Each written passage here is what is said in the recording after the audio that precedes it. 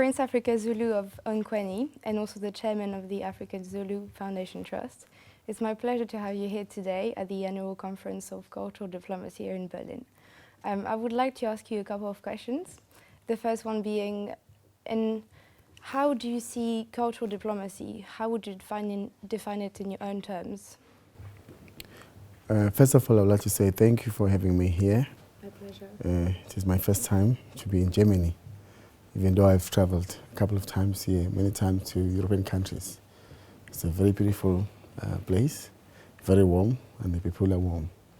And I also wish to thank you for all the work that your organization has done to invite us here and all the way from our faraway destinations. With regard to my understanding and view of cultural diplomacy, for me it simply means I understand you, I want to not change you, but I want to work with you and still you remain as you are, without tampering with your belief systems, your undermining your thoughts or ideas, or making you feel inferior in any way, for me to achieve what I want to achieve out of you. So it just means for me that extension of brotherhood, to say I recognize the human in you, the God in you. We are brothers, and let us talk like brothers. So we put humanity in the first place and we develop it through culture. Is this what you're saying? Yes, everything starts from humanity, because from humanity there is a base for respect, and with respect comes, the opportunity to explore and have better interest on one's culture, because you have a respect. If I don't respect you, I won't respect your culture. I won't take you seriously. So it starts from there. Okay, so respect is the core. Obviously, through conferences that the ICT have put together, it's a way to bring people from different backgrounds that have different cultures and different identities. So how do you think this can enhance mutual understanding and enhance dialogue through culture and through different point of views? And how do you think this can help people come together and actually build this respect you're talking about? In the times of, these tensions that are going around the world, and I think that, this is actually the future. It is a future voice or platform that will be able to sort of provide the alternative way of doing things, as opposed to always resort to coercive force towards solving problems, and but to say, this is a way as human beings, let us sit down and start a new culture of finding a way of not using guns to solve problems, world problems, but to use diplomacy. Some people can view it as deception. It depends on how they view it, but for me, it is the best way to always communicate and find a better alternative solution towards the problem, as opposed to resort to force. I see. The Inter-Parliamentary Alliance for Human Rights and Global Peace has agreed on certain human rights as being universal. In your view, do you think some human rights can be universal, or is it down to every culture to decide what human rights are inherent to their culture? I think all humans are universal themselves. We're all the same. We love the same music. We dance. If you bleed me, if you plague me, I bleed. I'm a human like you, regardless of where I grow up. So all human rights should be universal. There's no question about it. But that is my personal opinion. It's very, very clear that it's my personal opinion that all human rights has to be universal, because we are just one human being at the end of the day, living in different places, just different temperature, different climate, but we are one, and the pain is universal. If you see a woman being raped, it's the same pain that will go to you, that will go to me.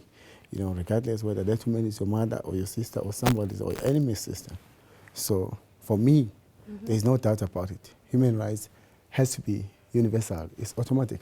So do you think international law has a role to play in stating what human rights are universal? And also, do you think cultural diplomacy can have a role to play in also promoting those universal human rights? You also have to be careful of interventions, you see.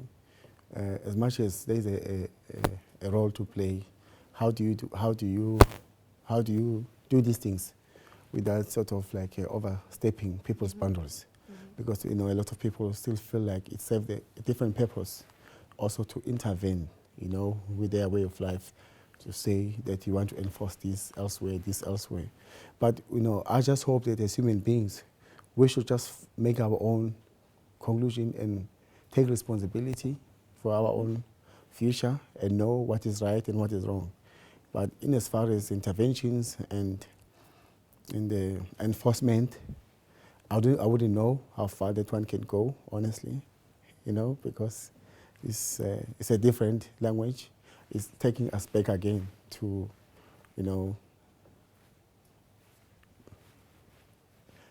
interference. So maybe cultural diplomacy would be a way to bring people together and discuss to show what are human rights and to show how we have to understand without overstepping the identity and the right to determine one future. Absolutely, absolutely. Running away from imposing for any nation or any individual, any idea or thoughts is for me a better way. And that's why, for me, I support this cultural diplomacy, because none of the resolution here going to be enforced to anyone. It's just to say we recognize this is where we are, we recognize this didn't work, that color wasn't right, and the weather didn't do well, this technology, it's just a way of sharing ideas, and then in that way it leaves that voluntary role and responsibility within people. Because at the end of the day, the big role lies with individuals. The civil society have a big role to play towards actually becoming leaders. Gone are the times where the members of the community has to wait for their governments and their leaders to keep on making the same mistakes. It is now more opportunity. It is a platform for civil society to come and share, what affects their future. And hence we need to see more young people in such platforms. You see, for now, there is more old people in the platform, which I understand. There is a reason for that, but by getting the young future around, and I think that because those are the people that will be affected by what we are concerned about, and then if they are not here, we talk about them, we talk for them, we should be talking with them, and it is the one step of moving forward. Yeah, we should be talking together rather than talking about other people without them being here. Is this what you're saying somehow? Yes, we should not gossip. We should talk with them and discuss, and they should be part of the problem solution, because they are part of the problem, and the problem that affects them. But it is also another problem to also get them together. It is not a simple exercise to get the youth, because not all the youth are also in the line of thinking about the future responsibility. A lot of the youth are still comfortable and chilled, and but yes. Thank you. Obviously, I would like to also talk about your notable foundation, the Prince Africa Zulu Foundation Trust. Would you tell me the main objectives, the main accomplishments, but also the main challenges that you faced? Yes, thank you. The Prince Africa Foundation Trust was founded in honor of my great-grandfather, Prince Shingane. He was the first president of South Africa. He was sent to St. Helena in the same jail with Napoleon. He was exiled because he resisted the British influence, and he was commander of many Anglo-Zulu wars where the British were defeated. So he became a target of the British colonial government, and then sent to St. Helena, and then he was sentenced to 15 years, but he only spent 7 years. So the foundation is in his honor, because I believe that, he was fighting for the basic human rights, the basic rights of an individual, of the people of Zululand, from across classes, because we don't use much of the classes where I come from. We have a way of, making sure that our people, everybody is important. So the foundation focuses more on education and on art. Art and culture is my passion, because he was a talented man. He composed songs, a lot of Zulu hymns. He also worked with craft. He did all those craft, whenever he's got time. He really was a very artistic man, very, very intelligent, light in character, brave man, great man. So the foundation is in his honor to say there's still a lot of challenges, that some of it that he was trying to resolve, because it comes down to human rights, human dignity. A child born in Zululand, a child born elsewhere is the same. They deserve the same equal opportunities with regards to education, with regard to housing, access, to have a home, a dignified home, to have access to food. So, but most of it, that's why my motto is strength, dignity, and hope, because we want to bring hope through strength, and we believe that dignity, is key for any human being. So we have a lot of projects that we have done. We have enrolled a lot of uniforms for schools, but here I understand that you guys don't use uniforms. But back home, we use uniform because it allows all the kids that come from different backgrounds not to be affected by the status of that family. So if they all wear uniform, it becomes better for all. So they're all equal in schools, and it works. So you put every pupils on the same common ground for the same common goals, which is education, obviously. Yes. So we try to roll out uniform because it's the first step, because it affects the confidence of the child. When the child feels equal to the other child, he feels he has, a chance to better opportunities. And even if the other child is a doctor's child or the prince's child, it doesn't matter. They are all the same, because to the other the child knows no classes and no boundaries. So it's very, very, very important. But a lot of people don't understand. They always say, the uniform doesn't go to the brain of the child and it's not important. But for me, I know it is important. And we continue to roll out uniforms.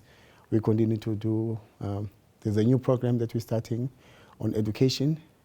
We believe that, we're trying to reevaluate the quality of education. Most of the learners, when they finish schools in the rural areas, they still don't have competent skills that can allow them to actually grasp and absorb better education. You find it when they are moved to institutions, even though when they get there, they take longer to finish. When they finish, they don't become the good material, a final product that the workplace may require, or that can actually allow them to be independent. It becomes a question of a person has got a degree and whatever, but still not competent enough for the environment, that he is supposed to go and operate on. So we want to focus on broadening those opportunities, giving the youth to more tourism. There are less black tourists, tour guide in South Africa, and there's a lot of history that they're not able to tap into. So we want them to tap into the tourism, industry, and be able also, because most of them are artists that we're dealing with as well in the world, and then they don't get bookings. And our government cannot provide all this funding for all these artists, because we're a big country with 9 provinces. So it's all up to civil society and all these organizations to divide their role and be able to do what they can do in small, and bits and pieces, and to provide a platform somehow. It goes beyond a platform. We really inject money, and we really support, and we really commit resources.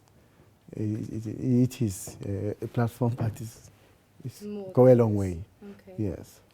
My final question to you. You're the executive director of the Royal Cultural Festival of Ulundi. Yeah.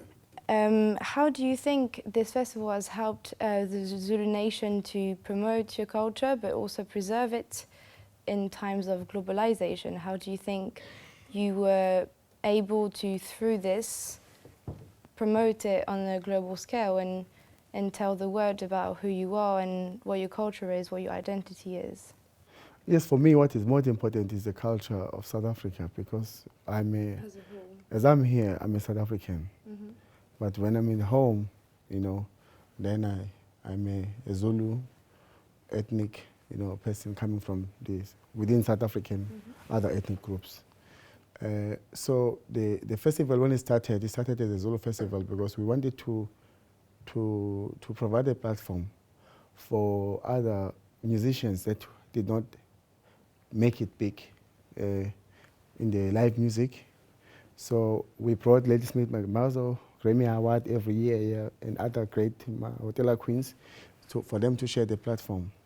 But then after the first year, it was in my plan that the bigger picture is South Africa. We cannot be going backwards to dividing our people within their ethnic backgrounds, because we are not the only nationality that occupies South Africa. We are one of many ethnic groups. It's that the Zulus were a majority.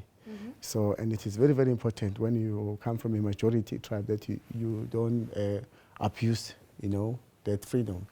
So for me, I'm more concerned about promoting all cultures. So every year I send about 54 to 60 buses, luxury couch buses, to each and every province to pick up the dancers. We provide stipends for them. Accommodation is over 5 days.